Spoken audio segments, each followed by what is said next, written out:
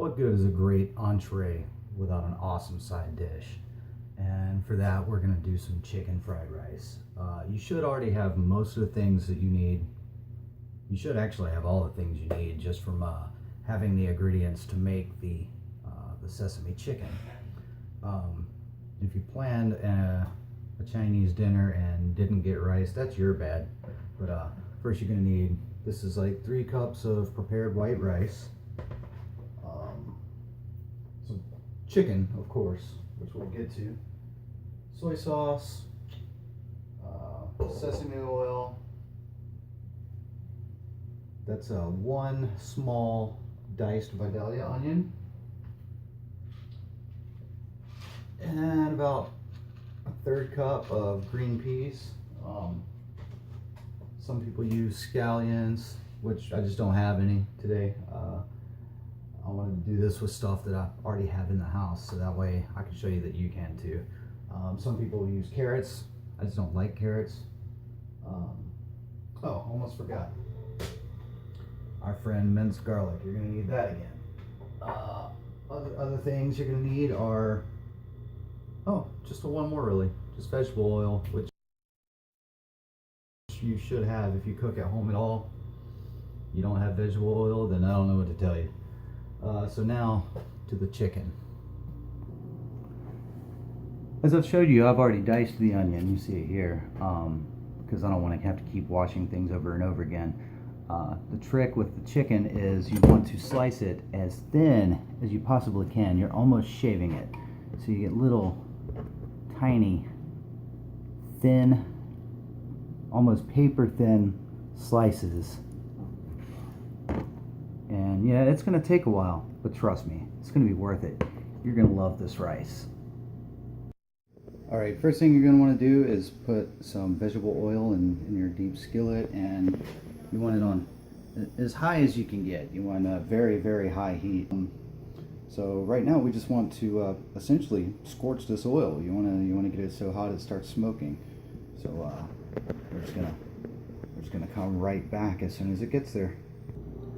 Okay, while your oil's getting as hot as you like, you see it's starting to smoke a little bit there. You're gonna grab your rice and just kind of make sure all the grains are loose and separated. It should be nice and cooled by now. Or if you've pulled it out of the refrigerator, it's definitely nice and cooled if it's leftover rice. So I'm just gonna work it. Like I said, just separate the grains while I'm waiting on the oil. It is starting to get smoky, so that's what we want. And we're gonna go right into the pan with the rice.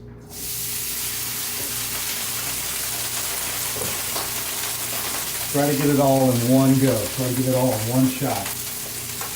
And then stir. Stir, stir, stir.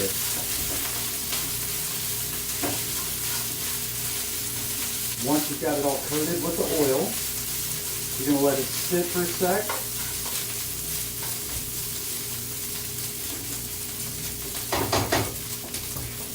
Let it sit and chill for a sec. Let it brown on the underneath side. Alright, go back to stirring.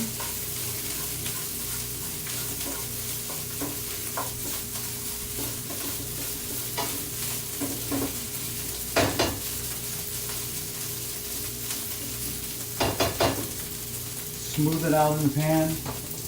Let it cook evenly again on the underside. You're going to want to cook it back to al dente, basically. You're going to want a chewy-ish texture, slightly chewy texture.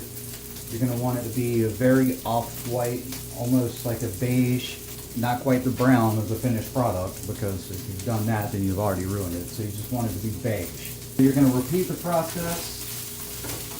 Stir it, smooth it out, stir it, smooth it out, until you get to that texture and color that I was talking about. And I'll check back with you when we get there. Alright, so here we are. We're at that dryish consistency we were looking for. A little al dente. I'm going to remove it from the heat and go straight back to your bowl with it. Make sure not to set your bowl on a hot eye, because then you're out of bowl. And that's dumb. rice. Let it chill there for a bit. You're not going to need to get back to it immediately, so that's fine. Sesame oil. You don't want a lot of this right now. Just half a teaspoon, somewhere in between, and then your chicken. After you've got it sliced and nice and thin slices, go ahead and chop it up. Chop it all to hell. You're immediately going to get this fragrance, and it's awesome. I love that smell. The sesame oil, once it gets hot, start stirring in the chicken. You want to brown it all the way. You want to get the chicken done at this point, because the rest of it you're going to cook so fast. But what you're doing now, you're seasoning your skillet or your wok, whichever you're using, with the chicken and the sesame oil before we throw the rice back in.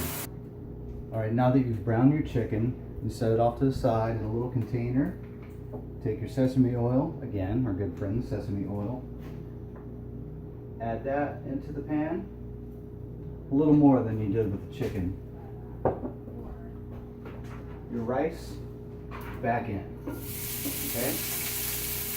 And once again, that fragrance immediately hits your nose, and you know you're doing the right thing because, you just know, man, it's awesome. Just stir that around with the sesame oil.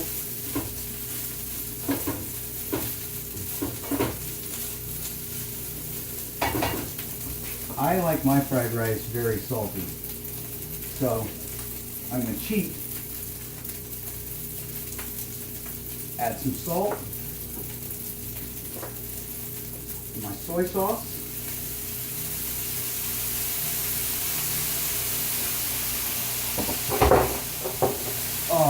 I wish you could smell this. Stir it around, bring it over to you. You don't want to take it off the heat. The entire time you're cooking this rice, you don't want to move your pan from the heat for too long because you want to keep your pan as hot as possible. I'll show you. This is the color we're going for. Yeah, it looks about right.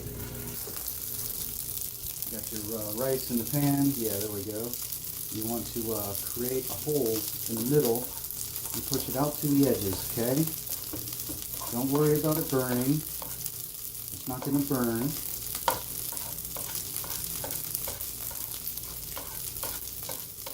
Push it out to the edges. Take a little more sesame oil, about a teaspoon more. And then we're going to put in our onions and our peas, carrots, scallions, pretty much whatever you want. This is a good way to get rid of leftover vegetables. So I'm going to set you back there. And you're just going to stir fry. You're going to saute the peas and the onions without mixing them into the rice. So you want to leave the rice where you've got it. If you get in there, that's fine. Vice versa, if a little bit of rice gets into your veggies, that's fine too, but you don't want to mix it all together yet. That's the key that I'm trying to get across. So once the onions caramelize and the peas kind of start to not really crisp up, you don't want them crisp, but you don't want them mushy either. So once these get to where you need them, that's when you mix in your rice. Okay, our onions are about where we want them, so now we're going to take our friend garlic, about half a teaspoon, right in the middle there.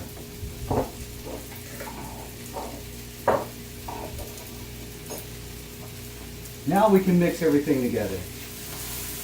Saute it all together. Alright, now we're getting ready to add our egg and our chicken. First, we're going to add the chicken. Just like you did before, push everything out to the edges. Leave a hole in the middle. Throw your chicken in the middle. Mix it all back together.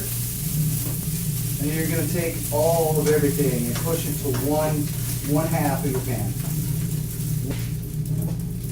The recipe that I found, that I based mine off of to start with, it's changed a lot since then.